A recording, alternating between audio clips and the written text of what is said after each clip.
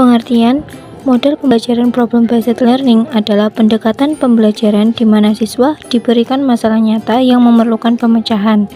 Mereka kemudian bekerja secara aktif untuk memahami dan memecahkan masalah tersebut dengan menggunakan pengetahuan dan keterampilan yang mereka miliki, sambil mengembangkan pemahaman yang lebih dalam tentang materi pelajaran. Model ini mendorong keterlibatan aktif siswa, pemecahan masalah, kolaborasi, dan pemikiran kritis.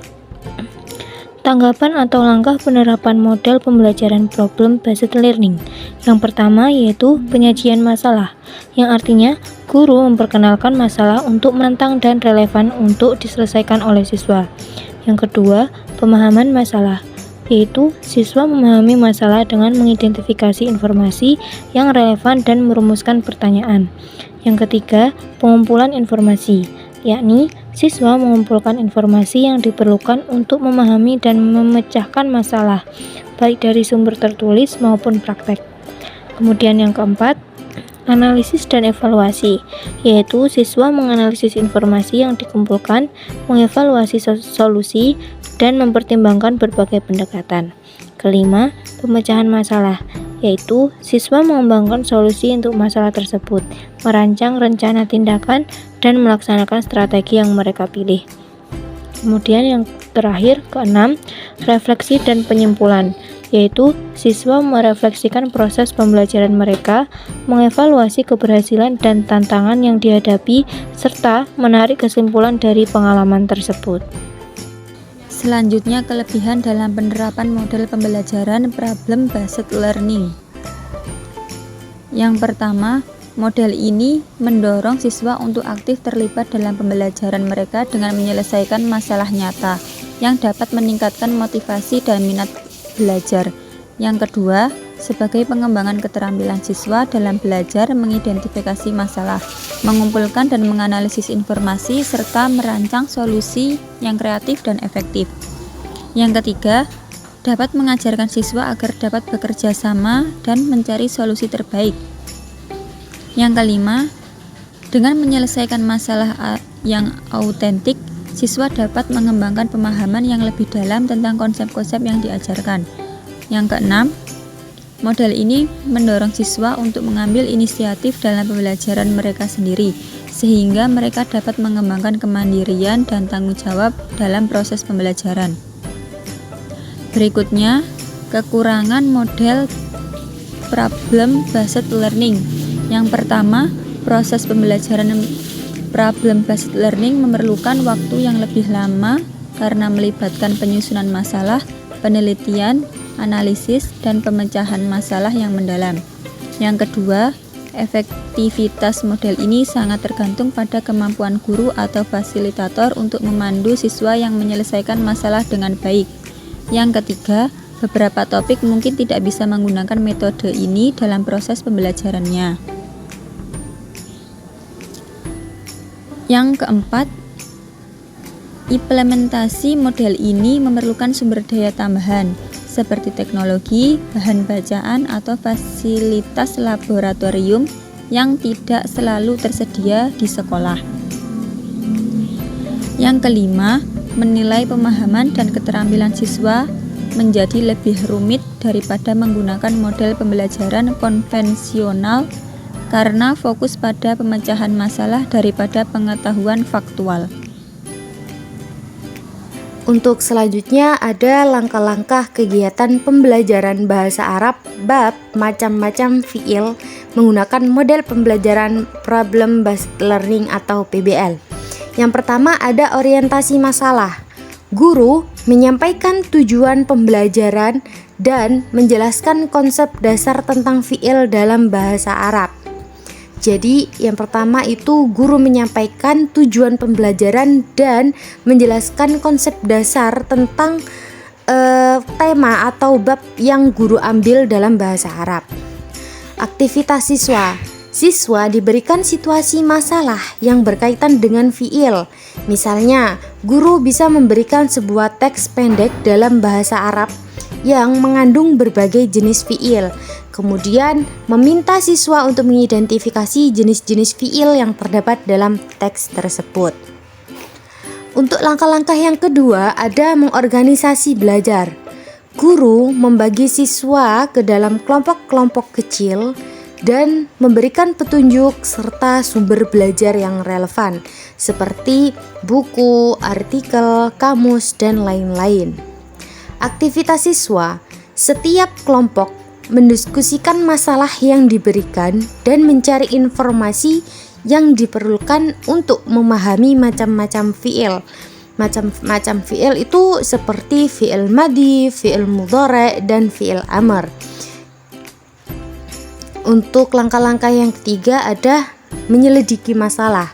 Nah, di sini guru menjadi fasilitator yang mana memfasilitasi proses pencarian informasi dengan memberikan bimbingan jika diperlukan dan mengarahkan siswa pada sumber yang valid.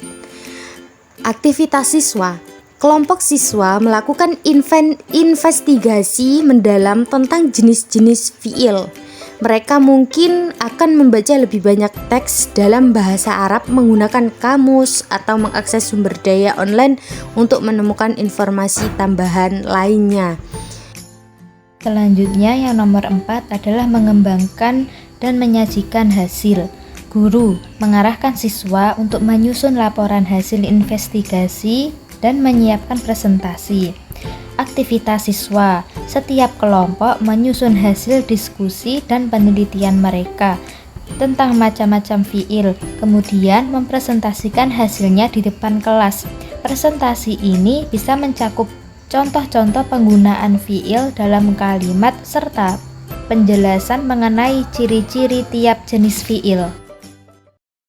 5. Menganalisis dan mengevaluasi proses pemecahan masalah. Guru mengajak siswa untuk merefleksikan proses pembelajaran yang telah dilakukan. Guru juga memberikan umpan balik terhadap presentasi yang telah dilakukan. Aktivitas siswa. Siswa mengevaluasi pemahaman mereka sendiri dan kelompok terhadap macam-macam fiil.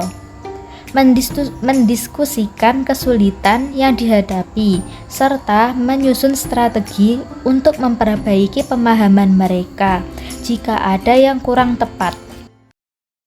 6 adalah penutupan dan penguatan.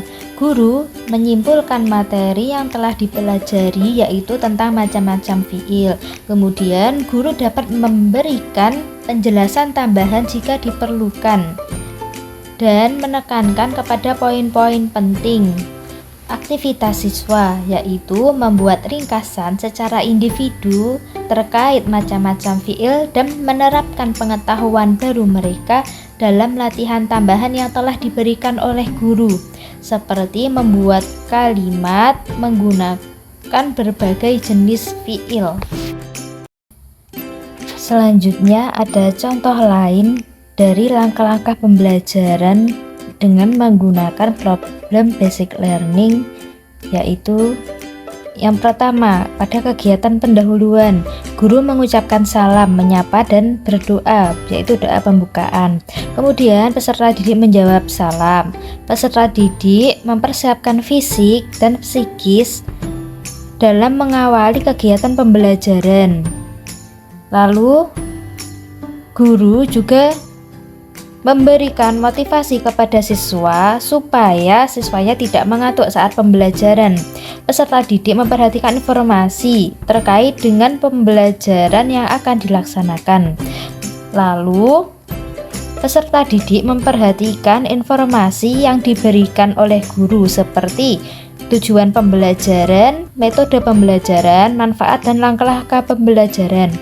Lalu selanjutnya ada di kegiatan inti. Fase pertama, orientasi peserta didik pada masalah identifikasi masalah. Pertama, peserta didik mengamati video terkait isim isyarah, mudzakkar dan muannas. Peserta didik menyimak pemaparan guru sambil memperhatikan bacaan. Ketiga, peserta didik mengamati gramatikal bahasa Arab terkait isim isyarah, mudzakkar dan muannas. Kemudian memberikan komentar tentang hal-hal yang telah diamati. Kemudian mencari makna kosakata dan kalimat sederhana sebelum dipahami. Fase kedua yaitu mengorganisir peserta didik untuk belajar. Guru membagi peserta didik dalam kelompok-kelompok yang mana setiap kelompok terdiri dari 5 atau 6 peserta didik. Guru membagikan LKPD kepada masing-masing kelompok. Guru menjelaskan langkah-langkah pengerjaan LKPD. Tiap kelompok mendapatkan tugas masing-masing, yaitu mendefinisikan isim isyarah mudzakkar dan muannas. Kemudian peserta didik membuat contoh kalimat sederhana yang mengandung isim isyarah. Kemudian peserta didik memberi tanggapan baik berupa pertanyaan, sanggahan, atau dukungan secara santun. Kemudian dilanjutkan pada fase ketiga, membimbing penyelidikan individu maupun kelompok. Guru membantu peserta didik mendefinisikan dan mengorganisasikan pertanyaan atau masalah yang akan dicari penyelesaiannya. Fase keempat yaitu mengembangkan dan menyajikan hasil karya. Peserta didik menyampaikan hasil diskusi kelompok dalam diskusi kelas. Fase kelima yaitu menganalisis dan mengevaluasi proses pemecahan masalah. Selanjutnya adalah kegiatan penutup. Guru dan peserta didik bekerja sama dalam menyimpulkan materi yang baru saja dipelajari. Guru memberikan tugas dan mencari arti kata atau mufrodat yang tertera di LKPD. Yang di sini yang dimaksud adalah mufrodat yang dirasa siswa itu kesulitan dalam mencari artinya. Kemudian guru menyampaikan rencana pembelajaran. Yang terakhir, salah seorang peserta didik memimpin doa untuk mengakhiri pembelajaran.